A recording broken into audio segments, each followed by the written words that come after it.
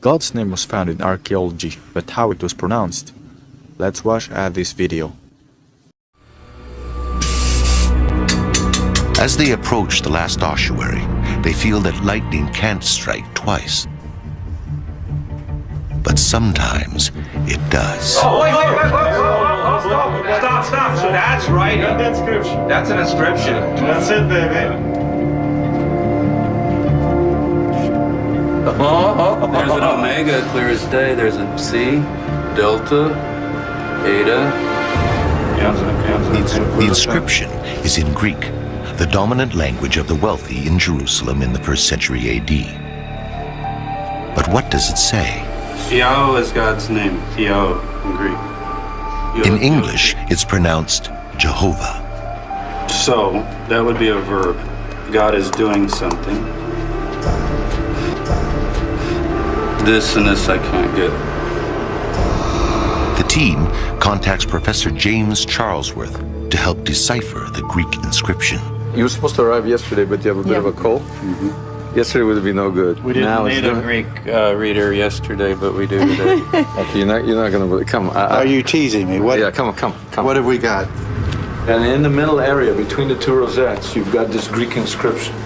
All right, I can read Yao. We have this in the Jewish magical papyri as a way of referring to Yahweh or God. So here you have it in Greek, in uncials, that means all caps, Yao. And above, I'm suggesting it might be Dios, God or Zeus is now Yahweh. There you go. So that would be related to the Greek word upsotheo, to raise up. Yep, that's it. Upsilon, C, and Omega, and that is uncial for upsao, which in the Gospel of John is used for the resurrection of Jesus. Upsao, he is lifted up. I am lifted up, says Jesus. I am lifted up. I am raised up. Upsao. And the rest, I'm not sure I can read. A Lamath, Pei. Maybe an olive. It could be an olive. Apo. Upsao. Apo Tuthanu, I would guess. From the dead. The first two lines are clear. The first word is Dios, which can be read as Lord or God. The second word, Jehovah, the name of God in the Hebrew Bible. And then a word, upso, which can mean has raised, will raise, or is raising. And finally, three letters that are not clear. They could be referencing, as Professor Charlesworth's sight read, the realm of death. But the last three letters may actually be A, G, B. The last word then could be Agba, the Hebrew equivalent of upso. In this case, the inscription is translinear. Greek, Hebrew, Greek, Hebrew. The tomb predates the Great War with Rome between 66 to 73 AD. It was found in modern times by Professor James Tabor and his team during excavations. They said it was pronounced Yahweh or Jehovah, but how does the inscription really pronounce and what does it really say? What are you looking at are 4 lines of Greek text left by a family member of the deceased occupant of the ossuary tomb. Yes, I know it's Greek, but Greek was one of the languages that ancient Israelites spoke back then, just like we are speaking English today. So try not to let this distract you from the fact that the inscription was not made by a heathen. The top of the tombs were owned by ancient Israelites. Here are the 4 lines translated into the Latin script. The first line says Dios, it's a vocative. The second word is a deity name. It says Yah in a vertical stroke and O. Third line says upso, it's a verb. Fourth line is a personal name, Alpha, Gamma, and Beta. The inscription is a very brief prayer on behalf of the deceased, whose name was Hagab, that he be raised up to life again on the day of the resurrection. The million-dollar question, however, is the word on the second line, which is clearly a deity name. The first inclination of Prof. Tabor to pronounce this word as Yao was correct. Yahweh is God's name, Yahweh in Greek. The first 2 lines are iota and alpha, clear as day. The last letter is omicron, clear as day. Prof. Tabor went and obtained a second opinion from another scholar who happened to be in Jerusalem at the time. Prof. James Charlesworth. When Prof. James Charlesworth was shown the inscription, he immediately and without the slightest hesitation said this word is to be pronounced Yao. All right, I can read Yao. We have this in the Jewish magical papyri as a way of referring to Yahweh or God. So here you have it in Greek, in uncials, that means all caps, Yao, all caps, Yao, all caps, Yao, all caps, Yao. He did this without being coached by anyone on Tabor's team beforehand. But Prof. Tabor later changed his mind and came to the conclusion that the 4 Greek signs represents the 4 Hebrew letters of the divine name. And so, the third sign must represent the Hebrew letter W, despite the fact that every other letter in the description is Greek. The third sign, which looks like a vertical line, is in fact the divider, a letter between 2 successive syllables in order to indicate a glottal stop between syllables. The pronunciation is Yao without question, just as Prof. Tabor initially thought, and just as Prof. Charlesworth immediately recognized. This pronunciation is the only one that is ever attested pre-70 AD, and thus it is consistent with all the other evidence we have, that the divine name was in fact pronounced exactly Yao and no other way, when Biblical Hebrew was still a living language. Again, in the second line, the vertical stroke is actually divider, a sign for glottal stop between Ya and the final letter Omicron, because without this vertical stroke, the reader would immediately read it as Yao. So this whole word is really read as Yao.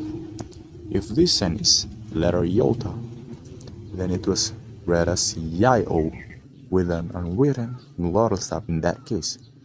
But Yaio has nothing to do with God's name, and there is no other legitimate proof that his name is Yaio.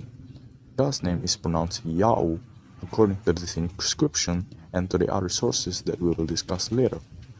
When the scholar Yauda Bandor conferred with Dr. Roussel about this, he asked him what he thought the inscription of the Talmud tomes could mean. Bandor told him it reads, "O divine Yao, raise up Hagab." He explained to Dr. Roussel what he had relayed to Prof. Tabor about the third sign and the second row of the inscription being divided. His reply was, "Very interesting indeed." The Talmud Oswari inscription might be in Greek, just like the Dead Sea Scroll 4Q120 is in Greek, but they were not made by the heathen hands. The views expressed in them, the beliefs, and most importantly, the holy name of the deity mentioned in them, not Greek at all.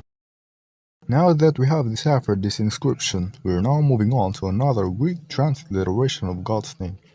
The Dead Sea Scroll fragment 4Q120 dates from the 1st century BCE, is a manuscript of the Torah in Greek, made by Israelite priests who lived at the desert community of Qumran before it was abandoned during the War of 66 to 73 AD. Here is a close-up look of 4Q120, showing the divine name transliterated with the 3 Greek letters Iota, Alpha, and Omega.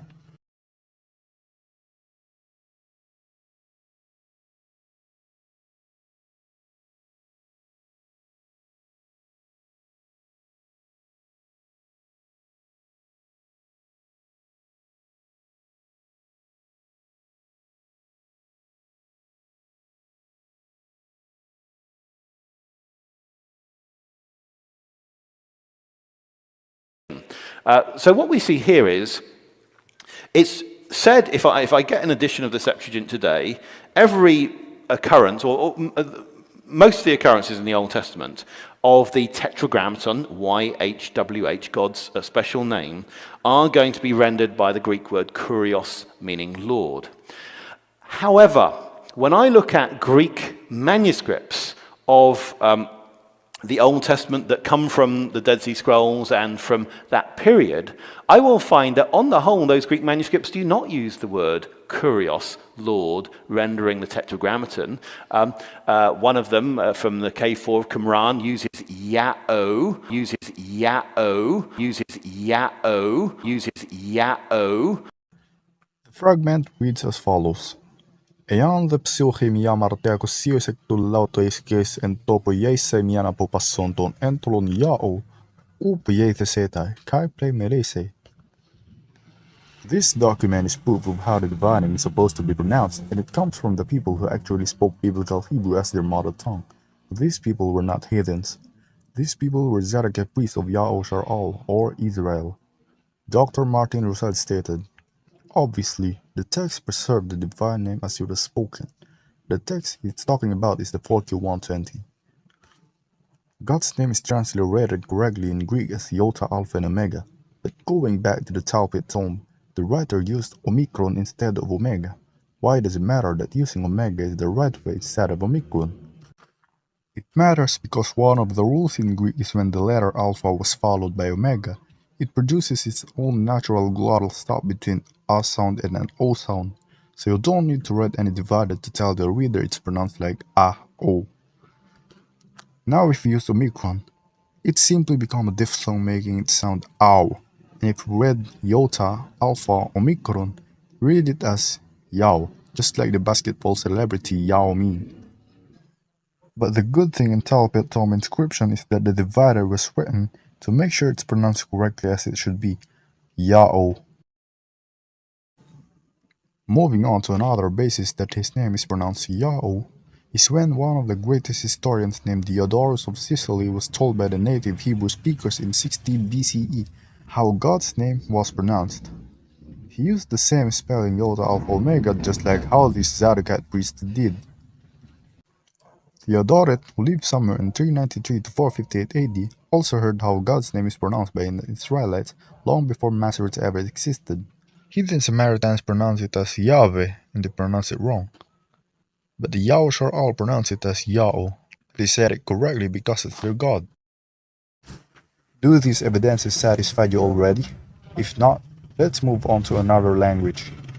The divine name is not only transliterated in Greek, but also transliterated in Latin and many more languages.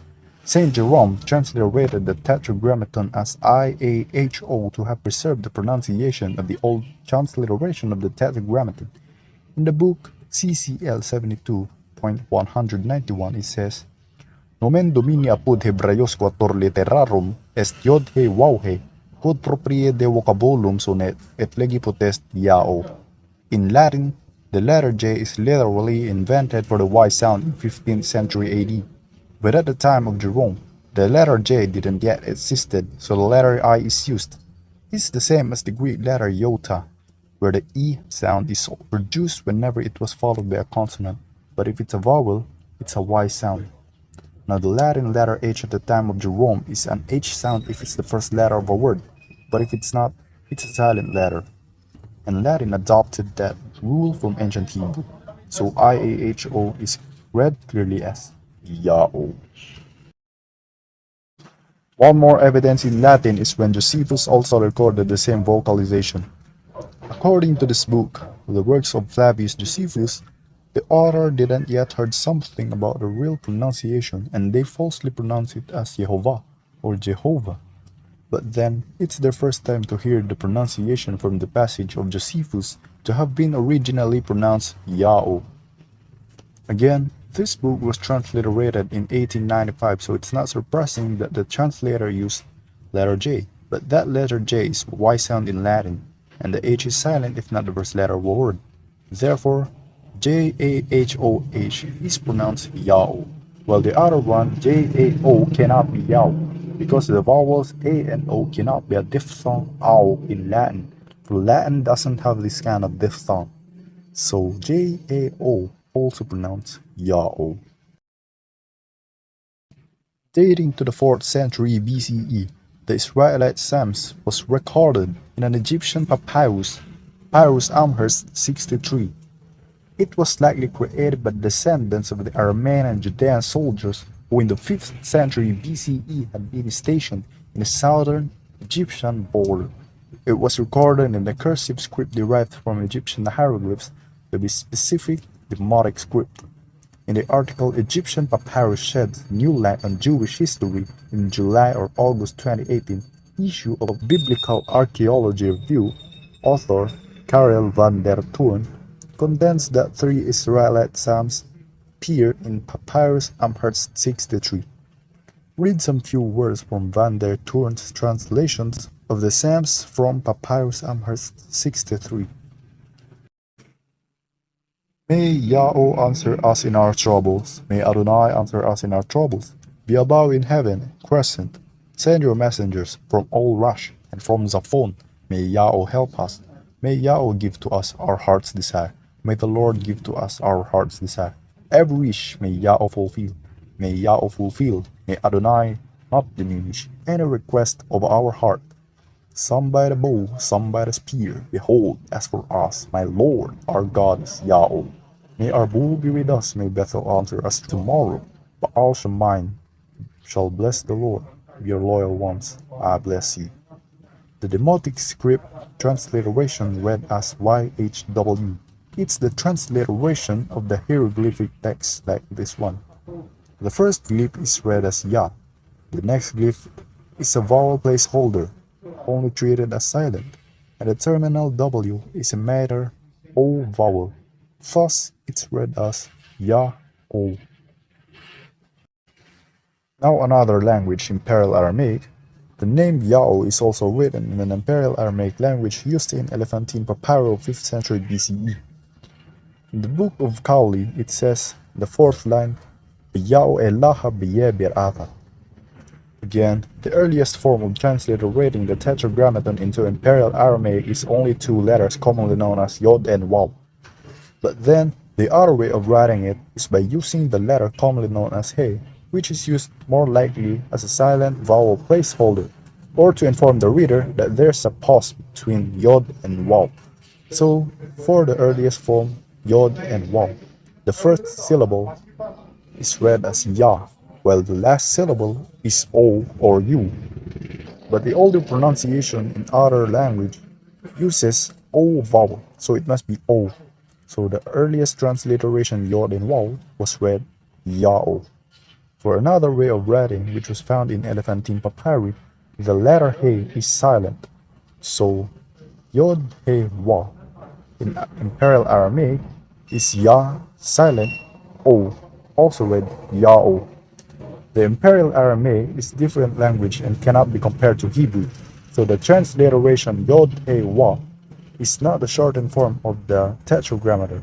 The Tetragrammaton in Masoretic Hebrew uses Aramaic script, Aramaic square script, not ancient Hebrew script, so don't confuse it to Imperial Aramaic that uses almost identical script. They are different languages, just like Greek and Hebrew are different. Going forth to the much older transliteration in 8th century BCE, the Akkadian transliteration which was recorded in K3751, Kala Summary Inscription 7, in the line 11, the syllable Ya was written in Akkadian with an IA sign. The vowels A plus U contracted to O as in August were written in Akkadian with a U sign. Thus the pronunciation is also Yao.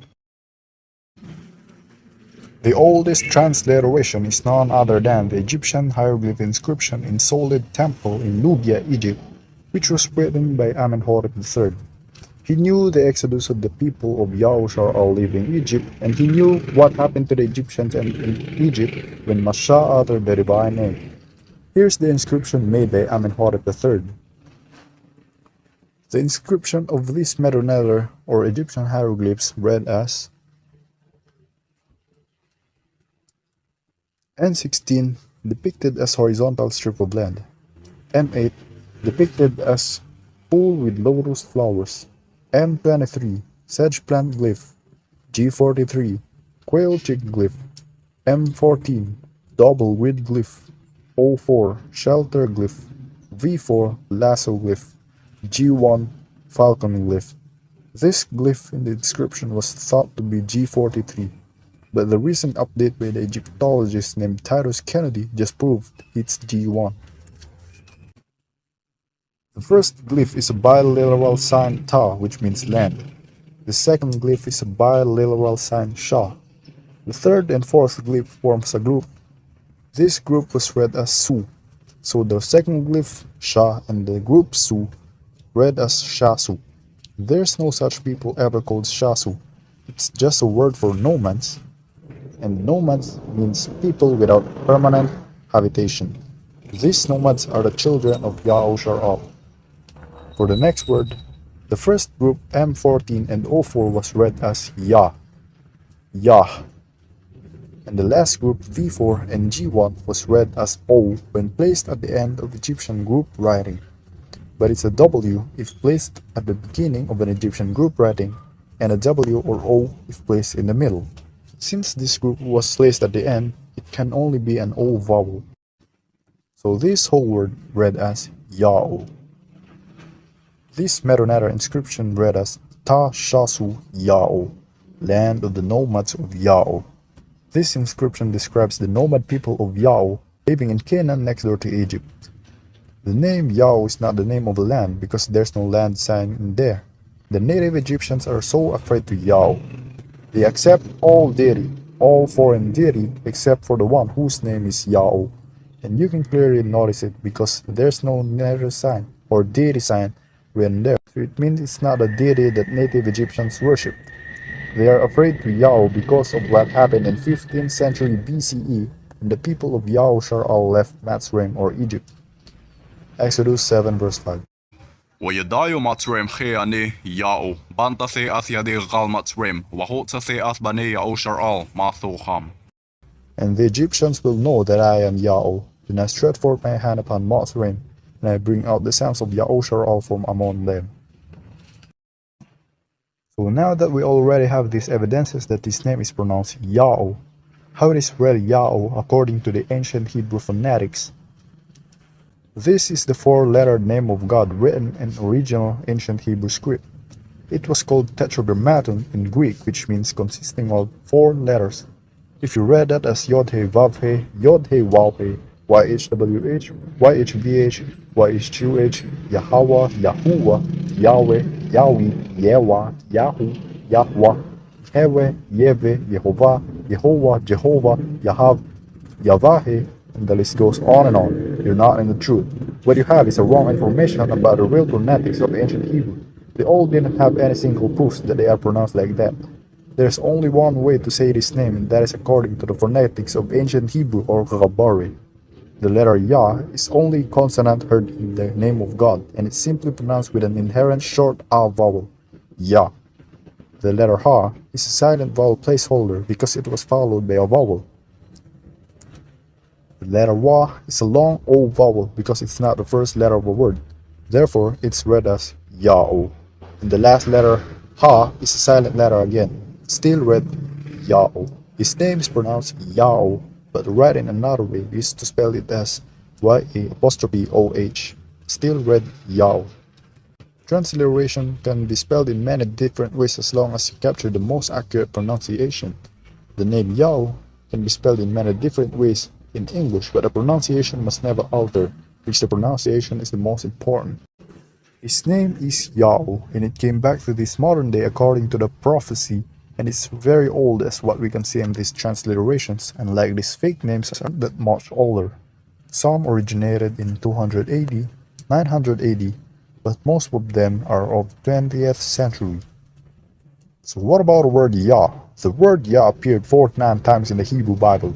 This is not a proper name. It is a title used only by Yahweh.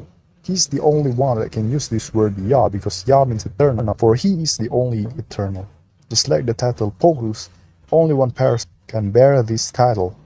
Queen James Bible substituted the word Yah for the word Lord in Isaiah 12 verse 2, while the word the Lord is Jehovah, whereas the capital letters L-O-R-D is commonly used as a word in case of the Tetragrammaton. So many people are confused on what really is the word Yah. Keep in mind that Yahweh does not have a nickname. Nicknames are short pet form names abbreviated from real names. Example, Will for William, Tom for Thomas, Mike for Michael, Steve for Stephen, Sam for Samuel, etc. Not one of the gods worshipped in the ancient Near East where the people of Yahushua originated had a nickname. Not one. For example, you will never find the pagan Assyrian god Ashur's name shortened to just Ash, nor will you ever find an example of the pagan god Nabu shortened to just Nan, nor the pagan god Marduk's name shortened to just Mar or March in its pronunciation. Since this never happens with the names of these false gods, because the people who worship them had too much respect for them to treat their names in a non-common way. It is absurd to think the ancient Hebrews gave their deity a pet nickname. So where this notion that Yah is an abbreviated nickname of the Creator come from? It comes from the German scholar named Heinrich Friedrich Wilhelm Gesenius. Gesenius' Hebrew lexicon states that Yah is an abbreviation of Yod-He Vav-He, or the Tetragrammaton. And just where did Gesenius get his understanding from? He pulled it straight out of his own ass. There's not one shred of literary comparative linguistic evidence that you can muster in support of Gesenius' view that Yah is an abbreviation. But his view is the one almost everyone cites today as an established fact for lack of a better alternative. Yeshaya 12 verse 2. Hala, al Yahshuaise, Abdach Walabchad, Chegaze was Amrat, Ya, Ya'o, Ya'ele le Yahshuai. Behold, God is my salvation. I will trust and not be afraid, for my strength and my song is the eternal. Yahweh has become salvation to me.